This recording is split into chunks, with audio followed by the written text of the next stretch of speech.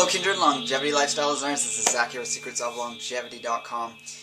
As you saw from my last video, I am now eating animal products, specifically animal flesh foods, and if you have comments or questions or concerns about that, definitely go to my last video, and I'll be doing a very long video in the near future on my whole view on the topic of specifically flesh foods.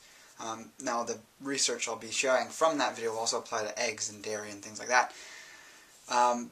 But this really does sort of paint the picture that we, in my opinion, definitely do need a certain amount of animal foods, and even higher animal food levels in the diet is not going to be a bad thing for one's health if certain things are taken into consideration. Meaning what you're eating, what else is in your diet, which is going to be combining with the foods in your digestive system, and also what quality and types of animal foods you're going to be eating.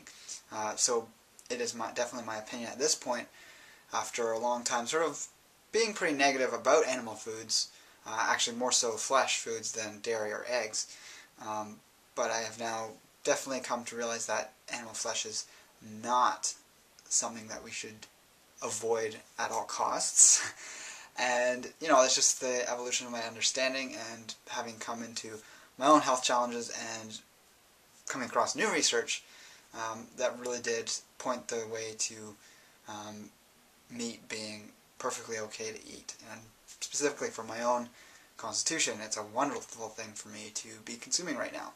And that a level of my consumption of it will almost certainly change over time. It will change with the seasons. But I have been eating a lot more things that are quite unconventional, such as organ meats, which I'm going to demonstrate in this video. I'm going to eat a beef liver. It's not a whole liver, but it's the sections I get it in. It's about this large. I'm going to eat this in a minute or two. I'll just, I'll eat it within a minute or two. I'm going to do that on a video here. And definitely, if you want to hear the benefits about liver, wait till later on in the video, or just skip ahead if this turns you off in terms of palatability and you don't want to see me eating all of this raw beef liver all at once. And yeah, with that being said, I'm just going to go for it. So I'm going to eat it quickly, but I'm not going to eat it, I'm not going to force myself to swallow it without chewing. So here we go.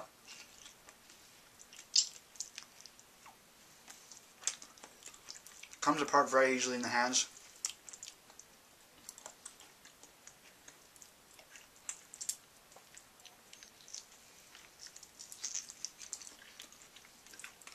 Started really enjoying the flavor of it, actually. Definitely not a bad flavor by any means. It's not delicious, but it's unique.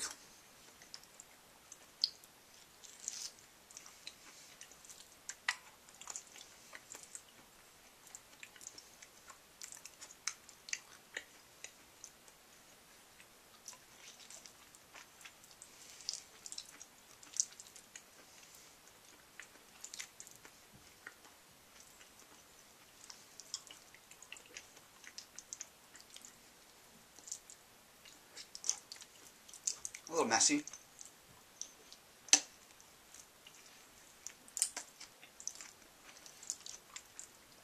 can always do it with a knife and fork if you want.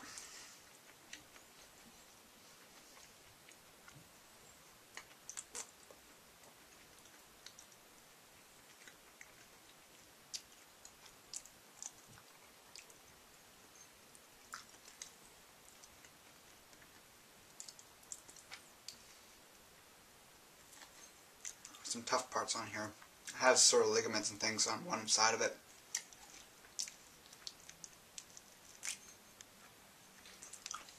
It comes apart quite easily. I'm almost finished here.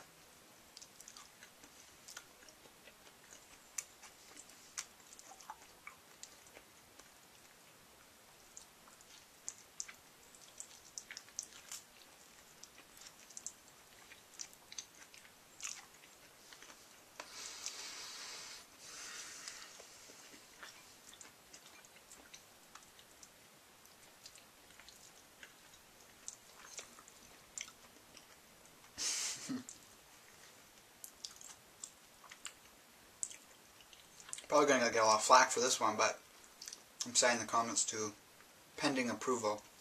But definitely share your thoughts.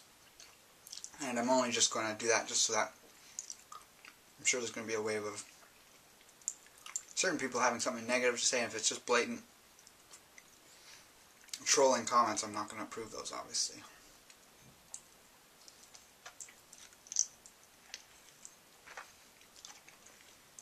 Alright, so one last little piece here. Face is probably a mess.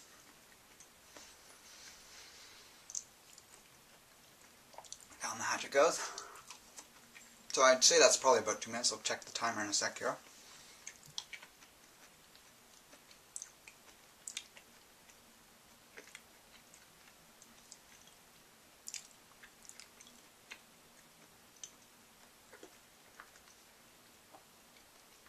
Maybe slightly over. There's a little tough part at the end here.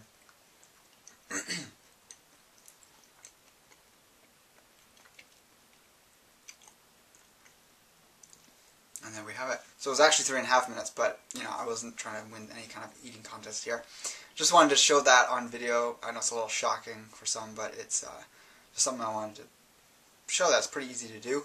Obviously some people are not going to like the flavor, and you can always do a number of things to try and hide or mask the flavor. You can get liver that has been frozen and grate it into smoothies, and you can do a 2-to-1 ratio of ground meat, probably ground beef, ground grass-fed beef, to grass-fed organ meats, and that could include liver, heart, tongue, whatever it is you're going to be consuming, and do that in sort of like a meatloaf type dish that you would cook in the oven. Of course, there's always liverwurst pate. I haven't made that yet, but maybe I'll figure out a recipe in the future to share with you guys. Not sure if that has to be raw or not, or if that can be done, or if it has to be cooked, but I'd hope it would be able to be done raw. You can also just simply eat it like I did, but that's probably the most difficult thing to do.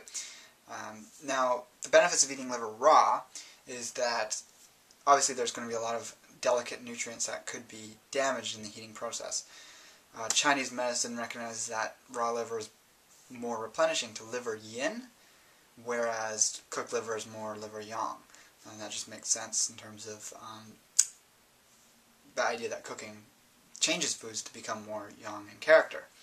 Now, I wouldn't be against never eating cooked liver, but I do tend to eat most of my animal products raw. So, like I was saying, it has that liver yin building quality to it. It's great for the springtime. That's where the time of year we're in right now. At least I am in my part of the globe. And yeah, it is definitely has that effect of strengthening the liver. And spring in Chinese medicine is associated with the liver, or the wood element. And unbeknownst to most people, the liver is not an organ that stores toxins. A sick person or a sick animal can have things stored in the liver for sure, but a healthy person and a healthy animal, such as a grass-fed pasture-raised cow, if you're eating grass-fed beef liver, is not going to have things stored in its liver, unless of course the cow is being exposed to pesticides, herbicides,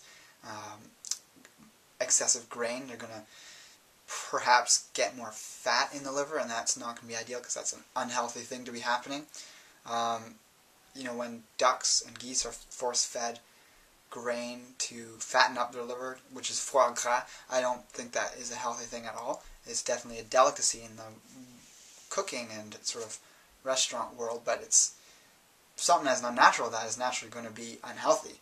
So I definitely recommend not consuming something like that for the purpose of, number one, it's very cruel to the animal while it's living, and it just does not seem like a healthy thing at all for the animal. Plus it's eating grain when it's not designed to eat that. So the number one fear people have about liver is it's going to be toxic. And yes, if you're eating factory farmed liver, it could quite potentially be toxic. So stay away from that. Stay to grass-fed organ meats by all means. And just know the place where you're getting it, so you can talk to the farmer and find out if it's basically organic, if it's not certified organic. But if it's traditional organic, as we could say, because the farmer just doesn't happen to have enough money or income to afford the certification programs, definitely perfectly safe if that's what's going on. The other thing you can do is make sure that you've frozen or bought frozen liver, or you just freeze it yourself for 14 days. Yes, you can eat liver hot out of the animal if you've caught like a wild animal, hunted it and caught it. That's what was traditionally done, is they'd eat the liver right then and there while it was still warm. And well, I'm sure I'd love to experience that at some point in my life. That's not necessarily what you want to be doing every single time. So freezing will kill parasites that may be living in the liver. Again, that's going to be a problem that's more relegated to unhealthy animals, but in the off chance that there is something with a healthy animal, freezing will take care of that. Now, in terms of bacterial contamination, that's very unlikely too with organ meats, perhaps more so with the exterior cuts of the animal that are tougher to cut through, and there could be problems in the butchering process that exposes bacteria to the outer portion of the animal, whereas the inner portion, which is generally taken out right away, the livers, the kidneys, the heart, the brain, etc., are not going to have being exposed to bacteria on the butcher's hands or other things, because they're dealt with at the start of the butchering process, and they're not, because they're on the inside of the animal, they're not going to have been exposed to contaminants in that way. But again, know where you're getting it from and just pay attention to getting the highest quality possible. Now, with that being said, if you choose to do this, it's totally your responsibility and your choice. So if you get sick, don't come to me complaining about it, because there's a whole number of things that could be going on for you if that, in the very unlikely chance that it did occur, were to occur. Now, the nutrient content of liver, it's one of the most nutrient-dense foods on the planet, if not the most nutrient-dense food. So move aside, these superfood products that, of course, I do still consume on occasion, certain ones regularly. But liver is perhaps the highest food source of all the fat-soluble vitamins, vitamins A, D, E, and K. Definitely the highest for vitamin A. I believe it's also the highest for vitamins B6 and B12 of any food. And eating it raw is going to optimize the amounts of that you're going to be taking in. Now, there is another concern of consuming liver with getting liver toxicity. Now, there's certain studies out there that say vitamin A is toxic above, 50,000 international uses a day, or maybe it's 100,000. However, this is from studies done on synthetic vitamins that are isolated. We have to really be cautious when understanding nutrition from this standpoint, because vitamins in isolation that are synthetic have a much different effect on the body than whole food vitamins and full spectrum foods that have vitamins and minerals that work in concert together. So vitamins A and D need to be consumed together, and there will be that in liver, vitamin D as well. However, if you're not getting a good enough exposure to sunlight, if you're not getting enough vitamin D from foods, really elevated vitamin A can be a problem, but that's going to be only a problem if you're eating very, very large amounts, such as what happened to certain Arctic explorers, which have had studies, or at least stories about them shared in the past, where they'll catch a seal or a bunch of seals, and everyone or a few people eat all the livers right away, and they get like vitamin A toxicity. And the symptoms of that are headaches, achy joints, tiredness, and it's basically a toxicity. So that's in excess of 100,000 international units a day. That's an extremely large amount. According to the Western Price Foundation, certain tribal groups would at most get 50,000 international units of vitamin A a day, and that's healthy. You don't necessarily need to shoot for that much. The amount of liver I ate is a large amount. You might want to back off. If you want to do it daily, you just sort of do like a small piece that would fit in your palm per day. Or if you're into weighing your food, you can say 4 grams or 4 ounces. 4 ounces a day is the absolute max you'd want to do several times a week. You wouldn't want to do 4 ounces a day, I don't think, but doing, like I said, a few pieces in your palm per day is fine if you're wanting to do it daily. Or that amount I ate once or twice a week is the most I would eat something like that amount. Hey, we'll get back to the main topic of this video in just one moment.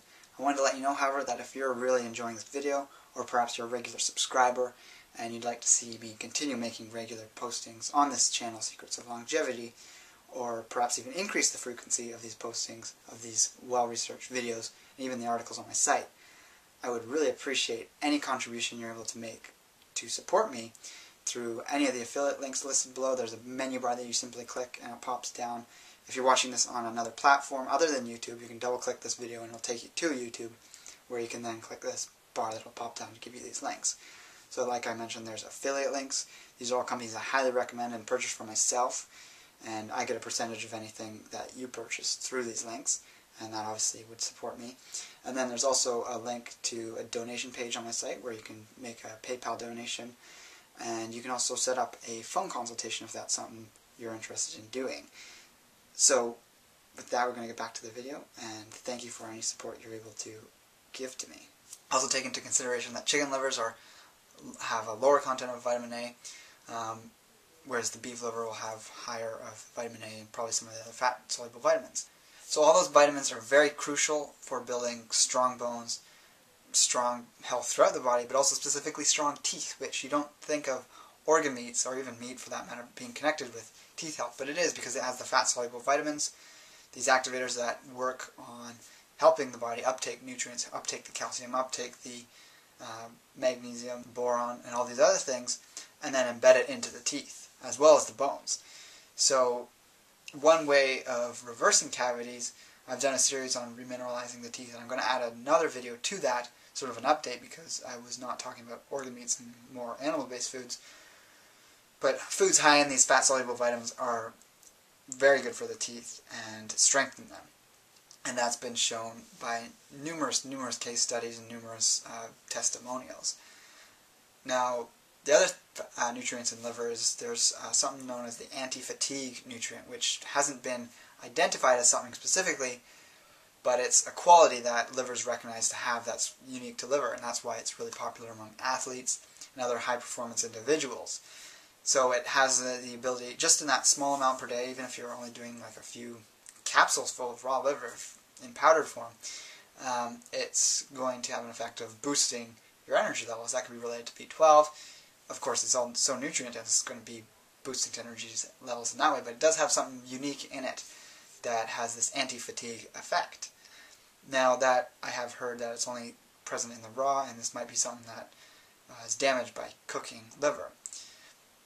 So including some raw liver products in your diet is optimal, doesn't mean never cook them. Another factor in liver is CoQ10. CoQ10 is highest, I believe, in animal hearts, depending on what type of animal. It's going to be higher perhaps in beef cattle. But there is some in raw liver, and that's a wonderful nutrient, especially as you're older and you're producing less of this yourself. CoQ10 has a very strong anti-aging effect to it. It's also very high in iron, it's high in folic acid, a lot of the trace minerals, zinc, copper, and chromium. Organ meats also are high in purines, which are wonderful for helping rebuild RNA and DNA in the body. This is also high in sardines, high in algae. These are all wonderful sources of this, and it helps rebuild the DNA, basically gives the building blocks to do that. Something that is deficient in most vegan diets unless they're eating a substantial amount of algae.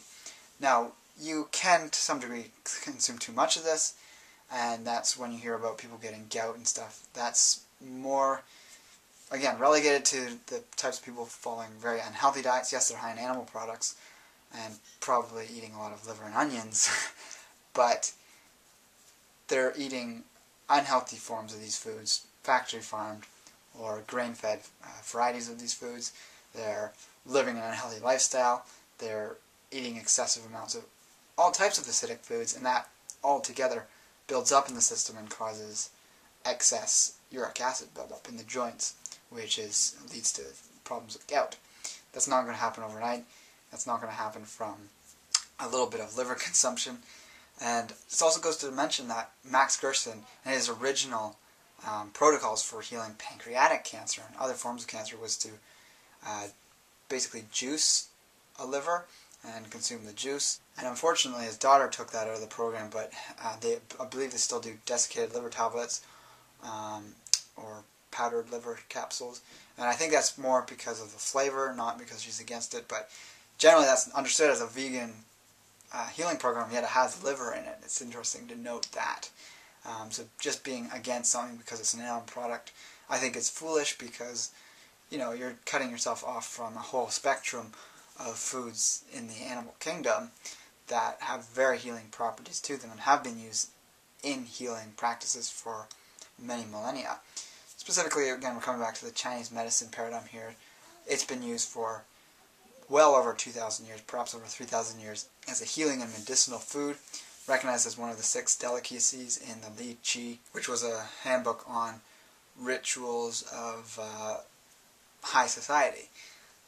So liver's always been highly valued and regarded by people throughout the world for all time. So with that being said, check out some other info on raw liver on the net if you want to learn more about it. It also goes to mention that the liver, which is the only organ that's able to regenerate itself, from our knowledge, from a very small portion of it, produces its own very powerful stem cells to regenerate itself. It is known by a lot of systems throughout the world that were evolved all separately as the seat of the soul. If that gives you any idea of the importance of the liver, perhaps that might pique some interest there.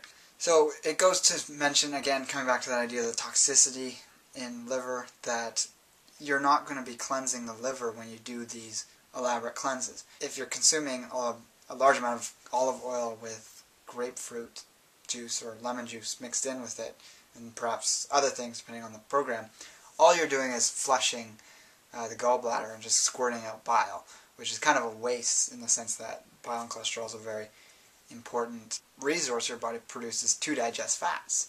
So you might, in that sense, if you do too many of those, be harming or hampering your ability to digest fats. I do understand that people who do have gallstones can have success with it sometimes, but the average person does not need to do like multiple flushes of these. They're just wasting bile, basically, because it's ending up leaving the body and not having much of any kind of effective use. So with that being said, try some raw liver if you're open to it, and take care and embrace life without limits.